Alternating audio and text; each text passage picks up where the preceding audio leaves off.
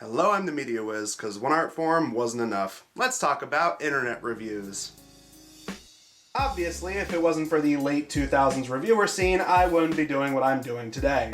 And while the style has shifted over the years from the over-the-top anger with skits and reoccurring characters, to the well-researched and passionate analysis of media we get nowadays, online reviews will always be a format that fascinates me. If you followed Media Wiz videos for a while, you might remember my super old AVGN and C Tribute, as at the time, those two were my biggest inspirations. Jump forward to now, and with controversies come and gone, the times have certainly changed. I occasionally check in on these guys, and I'm glad they're still going. I certainly think new Nostalgia Critic videos are better than when I initially stopped watching around 2016. New Angry Video Game Nerd videos can be good every once in a while, but most of them just don't have the same kind of charm that the originals did, at least to me.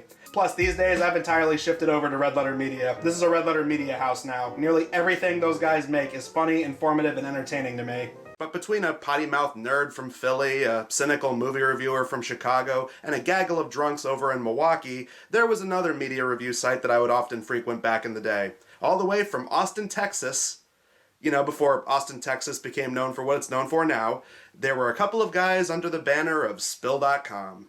Trying to make it real. Everybody now.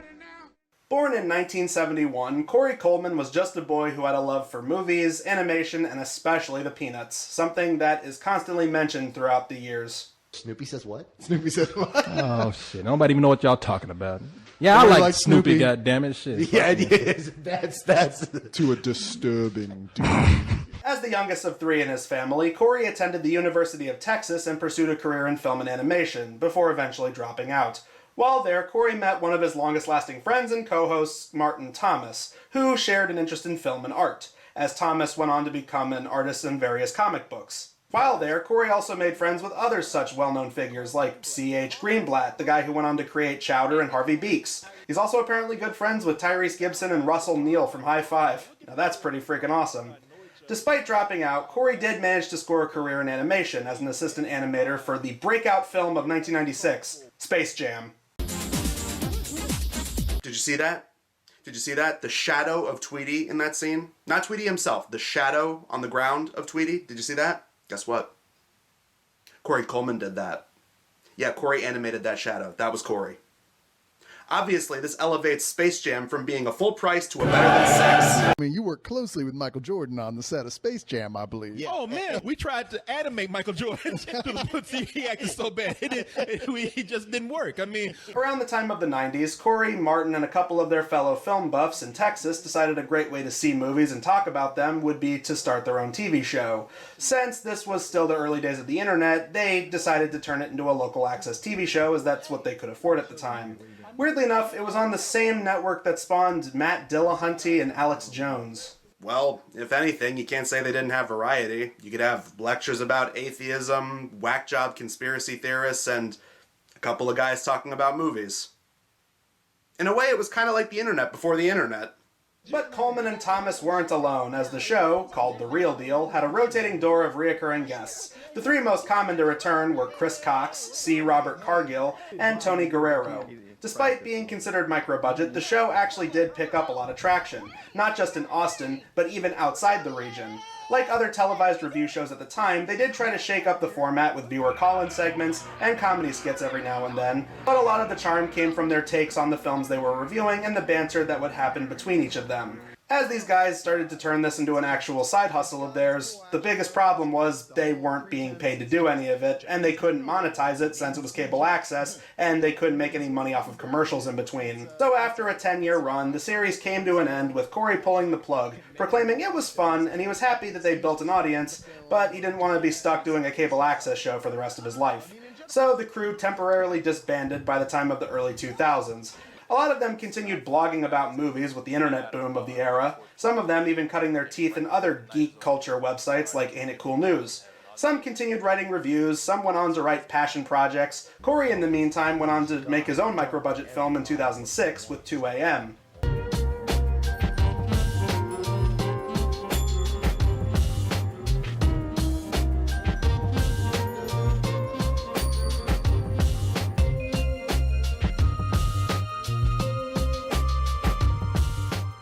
2006 is a very important year in Spill's history, as Corey decided to bring back The Real Deal. But instead of on cable access, it would be on this newfangled website that launched other various up-and-coming comedians and micro-budget filmmakers, simply known as YouTube. So using his animation knowledge, Corey decided to edit their film discussions into 5-minute movie reviews using the gimmick of recreating the critics in animated versions of themselves, animated with Flash. They did a few of these, building upon the audience they originally cultivated and even picking up new viewers.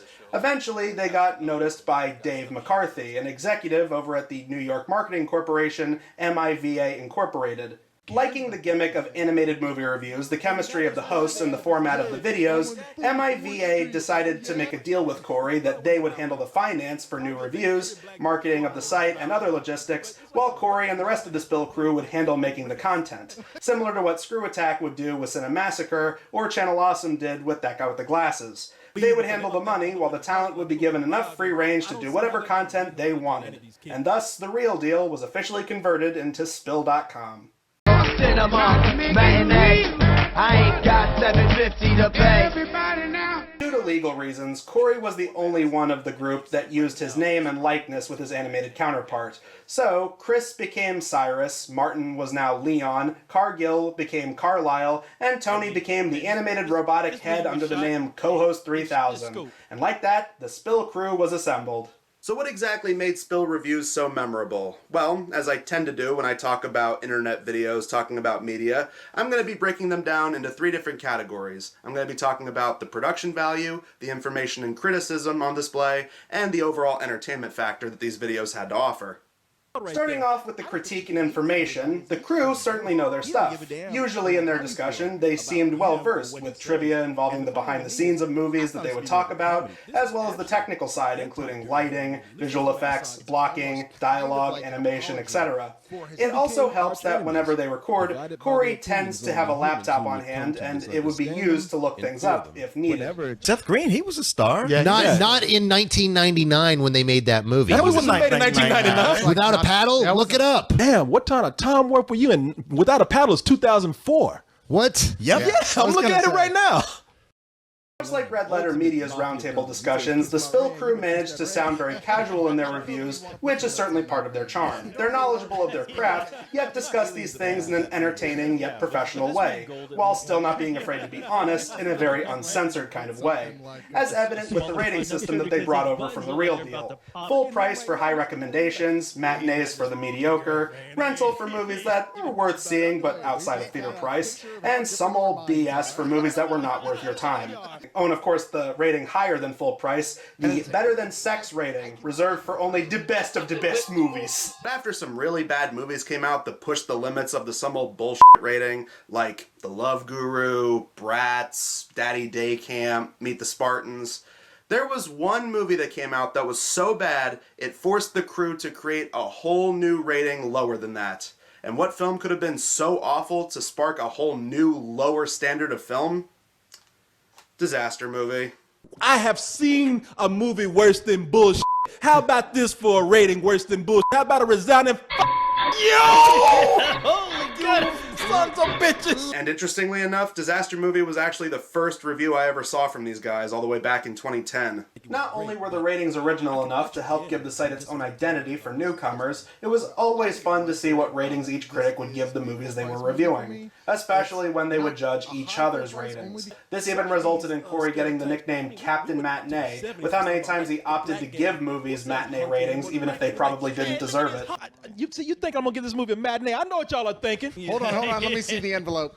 Yeah, it's a matinee. You know what, to hell with y'all. I don't need this. As for production value, when the site started, the animation was certainly Flash quality from 2007. But since it was mostly one person responsible for the animation and editing, it's understandable, with most of the animation on the critics usually being looped or certain animations being done very heavily with Photoshop, all the while they would use trailer footage or the clips from the movies that were released at the time spliced in.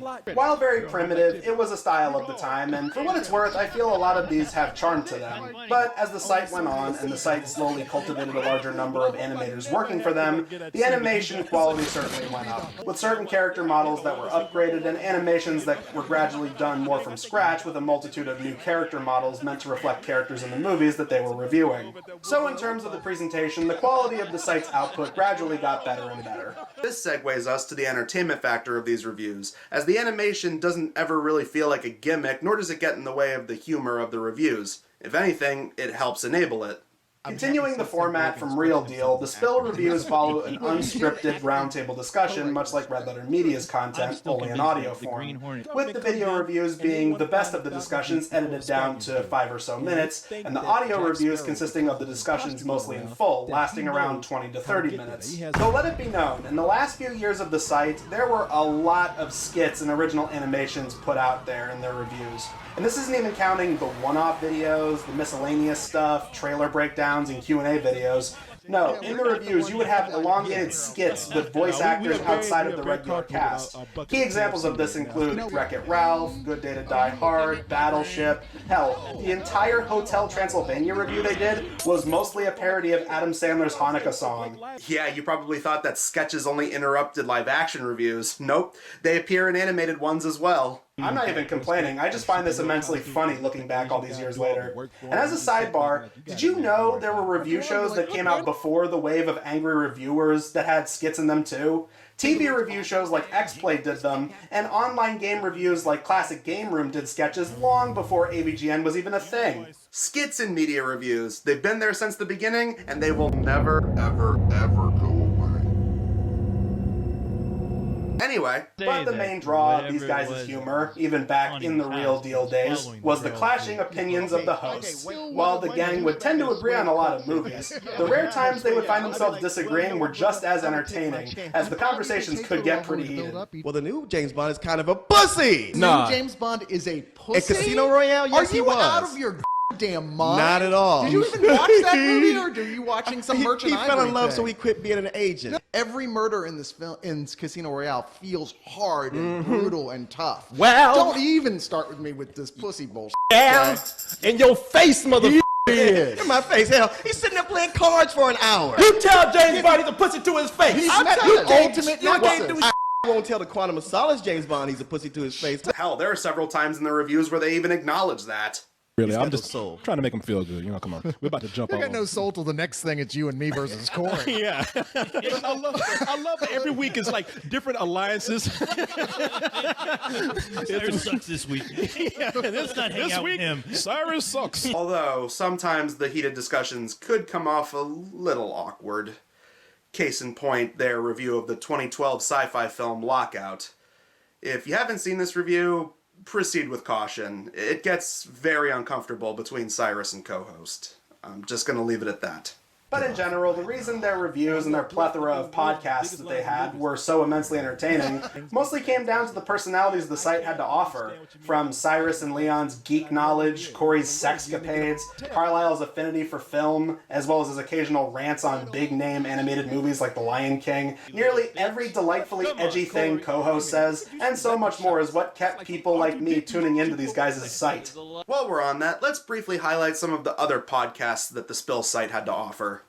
Aside from the main reviews, the site had many other types of podcasts. Again, updating a lot of the stuff they did during the Real Deal days, they brought back the Colin shows, as well as several shows designed to discuss recent events, straight-to-video films, home video releases. The most well-known podcasts the site had to offer include a couple of cold ones, a laid-back discussion over some beers between Corey and Carlisle, later replaced with Leon once Carlisle left the site to pursue other projects, League of Extremely Ordinary Gentlemen, where Cyrus, Leon, and a few of their friends discuss geek culture like video games and comic books. Speaking of which, there were several video game reviews that got their own animated editions that had a whole new cast joining Corey called The Loading Bar, which in turn spawned its own Let's Play series for the site called Happy Hour, where they would play some of the recently released games at the time, like Skyrim and Slender. And of course, if we're going to talk about the podcast of Spill.com, we cannot forget the biggest and best one. A show between Corey and co-host and later a friend of theirs, Billy, discussing a variety of subjects, most of the time being weird viral videos and news stories, kind of like what the F is wrong with you. The reactions from the hosts were immaculate, especially Billy, who had a laugh that was so great, it's up there with other internet legends like Julian from Only Plays, Rich Evans, and Ryan McGee.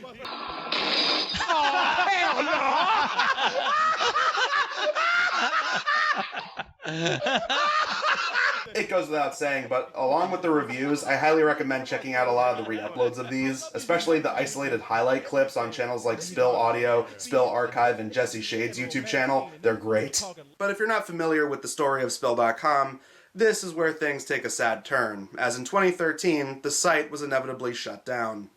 Well, by 2009, the site was getting various accolades, a growing fan base. It had its own fan convention with SpillCon hosted in Austin, Texas. It was all inevitably bought out once again by another company, Hollywood.com. They owned Spill for the duration of the site up until 2013, where it was announced the site was going to be shut down, due to Hollywood.com not seeing any more value in the site. Keep in mind, the site was still doing well financially, but it wasn't making the numbers that they wanted. The crew continued to do podcasts and reviews, the last one to ever be posted being one on saving Mr. Banks, until finally getting shut down, as fans were greeted with the site's link redirecting them to an error message or Hollywood.com's website.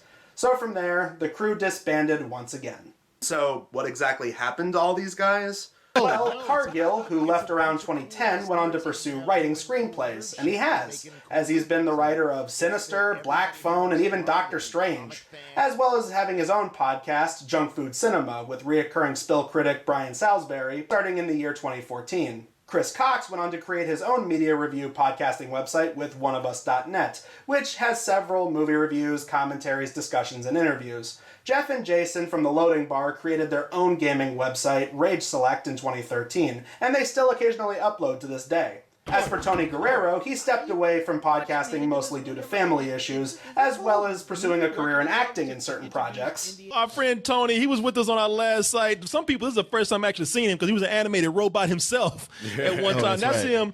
That's the angry Mexican dude you see in the corner right here. And of course, as for Corey and Martin, they decided to create their own website as well. With the help of the fans and a Kickstarter campaign, the two launched the most well-known of the post-Spill sites, Double Toasted, launched in 2014. Dropping the animation veneer, the two were now appearing on camera, something they experimented with in the last year or so of Spill. But now it was here to stay, becoming a multi-camera internet live show, with the boom of live streaming picking up in the mid-2010s, doing reviews of recent releases, discussion of recent events, weird stories and viral videos, interviews with actors and other fellow internet people. and you've always had a good sense of humor about when I really scream loud, I mean, it really does sound like that. Dude, if you were to show me back in 2011 that the Nostalgia Critic would do some kind of collaboration with Corey from Spill.com, I think my head would have exploded. Creating a Twitch channel to do live streams, and recently doing the Bad Movie Roasts, reviews of well-known bad movies of the past. Along with Martin and Corey, they are joined by many new faces who have come and gone through the years, as well as some old faces who would occasionally pop up here and there, including the revived Co-Host 3000. Of them all, this is not only the most popular of Spill's follow-ups, but it also has the most similarity to Spill. The rotating door of hosts, the variety, the discussions, and the overall feel seems to keep the spirit of Spill and Real Deal alive. Probably the biggest difference from the Spill days is it's a lot more calm. I mean, there was a lot more energy and a lot more anger and a lot more vitriol to certain movies and directors that they would talk about. Nowadays, it feels like everyone's kind of mellowed out. And honestly, they're not the only ones. A lot of people from the old angry reviewer days have kind of mellowed out with age. It even seems like Corey's hatred for Seltzerberg and the Wayans brothers has mellowed out over the years. And I don't care how bad we are, we could do better than what they did in this movie. Fuck Marlon Wayans, man. So maybe we could do a roast of those films, but those movies are not that good after a while, man. And I was even wondering at the time, I was like, well, didn't this used to be a Wayans Brothers thing right here? And while I do try to keep up with all of these sites, and they certainly have their charms, I'll always find myself going back and revisiting the old Spill re-uploads, as there was something special to that site. The concept of animated movie reviewers, long before the current era of PNG tubers, the chemistry with the original team, the discussions they've had, the running gags they've created, all of this and more was what helped make Spill a fun site to revisit, and while it may be gone, I'm just glad to see these people are still out there and doing their thing. Long live Spill and Real Deal, and may Double Toasted, One of Us, and Junk Food Cinema prosper. So like many other Spillians and Toasties out there, my hat goes off to Spill.com, and I'm really glad to see that they're all still doing stuff. Next time on Media Wiz, we're going to be starting a big summer event, but until then, I'm the Media Wiz, because one art form wasn't enough. Everybody now, try to make it real. Everybody now, try to make it real. Everybody now, try to make it real. Everybody now, try to make it real. Everybody now, try to make it real. Everybody now. No, the if beginning of a something- horror movie. They're the let me. same- Oh, I'm sorry. Can we let you talk too? No, you act like I don't ever let you talk, and then when I say something like, "Oh, Corey gets to talk now," you. Let me get it sentence. Oh no, it's a giant Corey attacking the city.